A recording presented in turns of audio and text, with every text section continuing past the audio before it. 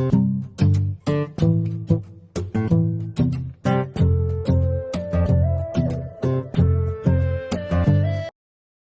like Wally. Say hi. Hello.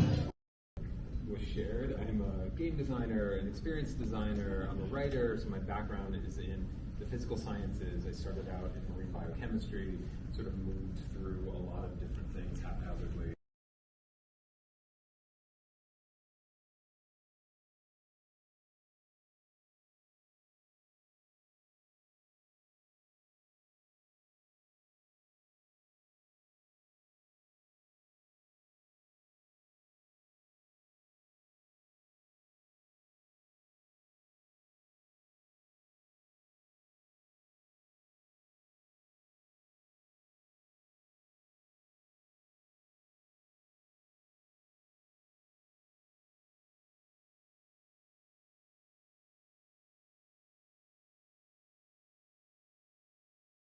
I just had a question. I know you kind of sort of answered it, but how would you approach any company, job, internship that you feel like, ooh, this may be like an opportunity that's a little bit, above my skill level. Like I'm not super integrated in the industry, but I want to be there. So how would you approach presenting yourself even if you feel not super confident about your own abilities?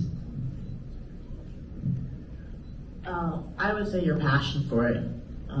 If you might be a stretch assignment for you, that particular role, if you are familiar with that industry, you've got some experience, and you come in and express your desire, your excitement about it, and what you've done and what you're looking to do, oftentimes I'll hire people who might not have those exact skills that are written on that application or that position listing. I'm looking for someone who wants to be there, is bright-eyed, and has a desire. Because if you just come in, I got the same skill, I just want to transfer over, do the same job. I don't want that. That's not going to help me or the team, or help us, find something creative to solve the problem with. So I think for me, it's passion at every level of your career in school. You just have to want it, want more, want to keep learning, always have an open mind. If you show that to someone you're going in to speak with, you're going to shine a whole lot more than someone who might even be more experienced than you. That's my experience. That's what I look for. I think taking a swing at something that is just beyond your reach is growing.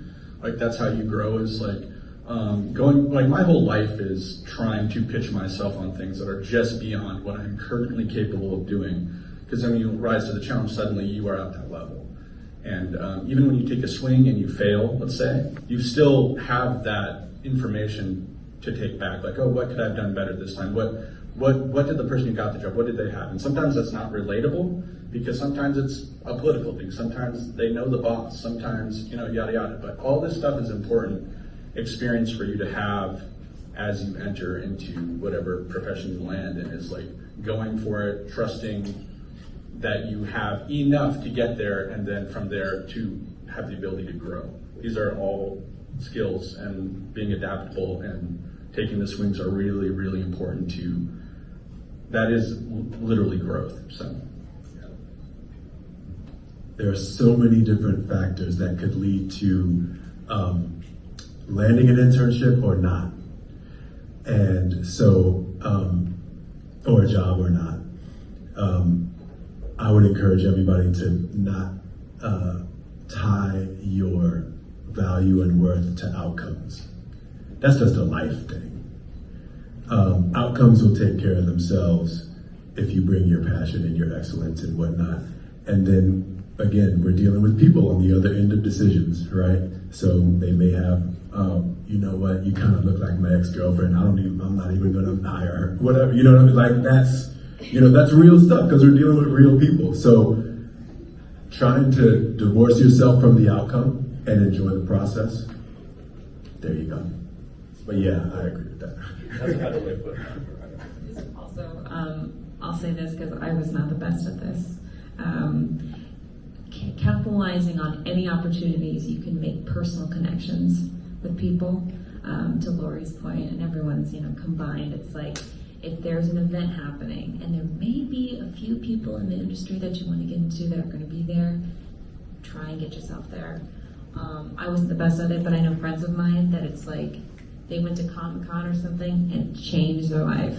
Or they went to this one artist meetup, changed their life. So while emails are great, being able to express your excitement in person can make all the difference. And just because you don't get the desired outcome immediately, sometimes it takes up to 5 years for the payoff, for that connection. That's happened to me, actually. So, yeah. If I might chime in, because that's such a good questions, like such good answers, and I think just from like the teacher perspective, I think as students again, that you guys are really thinking about artwork and like you feel like you have to prove yourself and your art speaks for you and all that, which is all true. But from, let's say, an employer's perspective or a director or a teacher, it's more like the art is like the window from which we can see and understand you guys, right? So it's like, right? People aren't hiring art. I don't think they're hiring artists. They're hiring people, creatives, and things like that. And so, yes, of course, you want to have great artwork, but like just like Nicole was saying, that the FaceTime, being able to attach a face, a real moving face instead of just a picture, like already you guys look so like 3D. It's a totally different experience. And then after that, you email them, and then they'll be like, oh yes, that person that asked a lot of questions and was involved. You'll be really surprised. A lot of you will be entrepreneurs or leading be your own boss. And while that's great, there will be times that you will need to follow like a client or be in a corporate atmosphere as well. And I know, at least when I was in school and coming out of school, it's like everyone wanted to be an entrepreneur, and corporate, working in a corporate environment sucks because you have to like answer to the man and all that. But I have recognized that, and I've seen through like my friends who go their own path and me being in the corporate side, while having to answer to somebody and be a good team member, you will have those opportunities to then branch out and do your own thing. And what you're learning in an environment where you have to be, for lack of a better word, a cog, you are developing muscle memory for how to develop something. And this muscle memory of like steps you need to take to accomplish something is something you get to keep for yourself. And those skills will help you when you devote your time and energy, expertise, passion towards something for yourself. So yeah, that's just something to keep in mind. Thanks for that. 10, 15 minutes of their time. Sometimes it could be over a phone call, a Zoom. You might. Unicorns really were. So I went to go Google them. I saw that they were mystical creatures, that they were unique. And so I'm like, okay, I'm definitely black girl magic. I'm definitely unique. So I started to say, I'm going to be this unicorn. So every time I would write a text or have copy on social, I would use the emoji over and over again. And then one day, like a pound of bricks, it hit me. Why is it that something's supposed to represent who I am and my characteristics? Why is it only white? Like, who determined that unicorns were only supposed to be white? So at that moment, it no longer resonated with me. And I went to go find one that looked like me. I went back on Google to go find a unicorn that looked like me. I couldn't find one. And so instead of complaining about it, I wanted to be the change that I wanted to see. And that is why I created Afro Unicorn. And when I created Afro Unicorn, it was really a movement to help other women, and it's become way bigger than that, women, children, men, everyone, in their entrepreneurship journey. So my goal, the reason why I was being called a unicorn was because I had multiple streams of revenue. So the goal of the brand was to help others achieve that same success, finding what you're passionate about, and like what you guys are doing now, finding what you're passionate about, and turning that into a business. So yeah, After Unicorns, a lifestyle brand to remind women and children of color how unique, divine, and magical we truly are. The goal from the beginning was to help normalize Black beauty, to give our Black and brown girls a unicorn that represents them, for them to, how do I say it here, encourages them to love the skin that they're in and embrace the crowns on their head. And I like to pause when I say what normalizing Black beauty to me means is that for all these years and all these characters, we've never questioned, can I wear Cinderella? Can I wear Snow White? It's just been standard. It's just been normal. So I want Afro Unicorn to be that normal. I said that Afro Unicorn is the Hello Kitty of modern day, of the culture. One thing I didn't add here, but it's up there. I am the first Black woman to have a licensed brand character in major retail. So it is Black History Month. So history in the making. Thank you. So what I'm actually showing you guys today is the deck that I use when I pitch to different retailers and also different partners. So you're also getting like a real dive into not only Afro Unicorn, but how we pitch to retail, how we pitch to licensees, and yeah, and I'm going to be open for questions as long as I have time. So these are my characters: unique, divine, and magical. Unique is the leader, divine is the motivator, and magical is our persuader. It was very important to me that they came in all different shades because we're not all the same. We all represent a different, rainbow of colors. So I wanted to make sure that everyone was represented.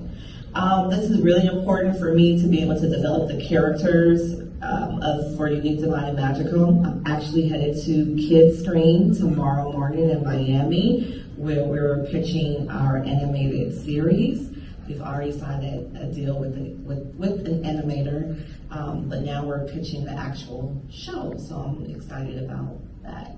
Last year when I went, I didn't have the animator, I didn't have the deal, and I got the deal there, so now we're going back to actually pitch for distribution. Our core brand demo, primary girls, secondary juniors, and women, they're actually neck and neck. Really started off as a women's brand, and then you're going to see how it really now it's in this kids world. But it works for both because kids love unicorns, they love to play with unicorns, and women, like myself, we identify as unicorns. So that's why I'm able to cross all 4 quadrants. I'm from the cradle to the grave. Yeah, from the cradle to the grave with Afro Unicorn. How the brand started. A lot of times, we overthink business. We overthink, we gotta have so much funding, we gotta have this budget, and if we don't have this amount of money, or if it doesn't aesthetically look this way, we can't do it. I'm here to be that unicorn and tell you, listen, you can start it just where you are, and it will never be perfect. You're always going to be working on it, so just put it out there. So our brand is a grassroots community brand. I literally started it on Instagram with 0 followers, not even knowing anything about Instagram. I had a launch party where it was like a group like this with about 25 women. I told them what I wanted to do, how I wanted us to basically use our resources. It was a networking event. I wanted to use our resources to help each other and to help promote each other's businesses. And they were like, this event was great. What's your Instagram for Afro Unicorn? I was like, didn't have an Instagram account. So that was April 28th. I think I created the Instagram account on May 1st, a couple of days later, and I started with those 25 people as my first followers. But my goal was to have 50 by the end of the week. We had 50 by that day. So it's a grassroots brand. Basically, I started off by highlighting my customers, my people. Started with 25 women that were in the room. They all had my shirts. I took pictures of all of them. So I started posting, talking about who they were and what they had going on. Like meet Lisa. She works 9 to 5 here, but she's also a notary, and we need to support her business. And this was what makes her unique, divine, and magical. So people saw what we were doing. They caught on pretty fast. So this little girl here, her name is Armani. And at the time, Armani did not have a store. She has one now. So she has her own boutique. So if she wears my shirt, I will post and say, hey, check out Armani rocking her Afro-Unicorn tee, but be sure you get the bow and the skirt and the purse to complete the ensemble. And this is what makes her unique, divine, magical, because she's a young CEO. So it was a great strategy to grow Instagram as well as sales. People were like, oh, if I go buy a shirt, she's gonna support my brand and I'm gonna get free advertisement. And that's how we started in 2019, and that's what we've been doing ever since. So fast forward, well, not even fast forward. We launched in May. By July, Tiffany Haddish was following and rocking Afro-Unicorn. Alicia Keys was following Afro-Unicorn. And then we just kept getting a celebrity base. And it all started with me just having a message and a why in my Instagram. So it was so cool that I'm coming right behind you with all this networking stuff. So I treated Instagram and social media as a networking platform. I found hashtags that resonated with my brand, one being Black Unicorn. So I would go see who was using those hashtags, and I would go into their comments and say, hey, have you ever seen an Afro-Unicorn before? I created a brand of women and children of color who hustle, follow the movement. And then they'll look, they're like, oh, I already identify as a unicorn. Oh, she has apparel that looks like me. Let me follow, and while I'm at it, let me check out her .com to go pick up a shirt, because at the time, I launched with only shirts. All right. So just to show you how networking and how having those connections really can pay off in a major, major way. This little girl here, at the time, 4-year-old Cassidy Brianna, she's a Brooklyn native. She was taking pictures in her Afro-Unicorn tee, something that she loves to do. She had been following Afro-Unicorn since she was 2. I had been posting her. She started with like 200 followers. Her mom bought her a shirt. We started posting her, and one day she was out taking, doing a photo shoot, a video was rolling, and someone walked by and said, I love your hair. And with all the confidence in the world, she said, thank you, it's an afro. And that video ended up going viral. So viral that every single blog post you can possibly think about shared it. And Viola Davis shared it, and then after Viola shared it, Miss Tina Knowles herself shared it, and then Oprah Daily shared it, and then within 2 days, I got an email from Walmart. And that email said, hey, have you ever, it said Walmart X Afro-Unicorn collaboration, have you ever considered party supplies? And I'm like, wow, yeah, I have. It's expensive. Like, I have tried to source it, and it's a lot of money for these paper products. But I definitely had, was thinking about it. And we'll talk a whole nother time. You can bring me back about manifestation and how I like manifest stuff. But right before I got that email, my son walked in the room and he was like, have you thought about Walmart? And then literally like maybe 30 minutes later, I got that email. So just the way my life has kind of been set up. We speak things into the universe and they literally appear. It's pretty magical. I really am a unicorn. So anyways, the cool thing about this was what Walmart saw was that in the comments, it was flooded with, that's Afro-Unicorn's shirt, that's Afro-Unicorn's baby, because Oprah didn't tag Afro-Unicorn, but because we had this grassroots effort and we were creating this community and we were getting to know who was following us. Every Saturday, I was up this morning, 6 a.m. I've been doing it since 2019. I'm up every Saturday morning promoting other people's businesses on my page for free. So we have this community base. It really works out that way. Like, you never know who's in the room, you never know who's watching you. They may not even be in your industry, but they can literally help you get to the next level.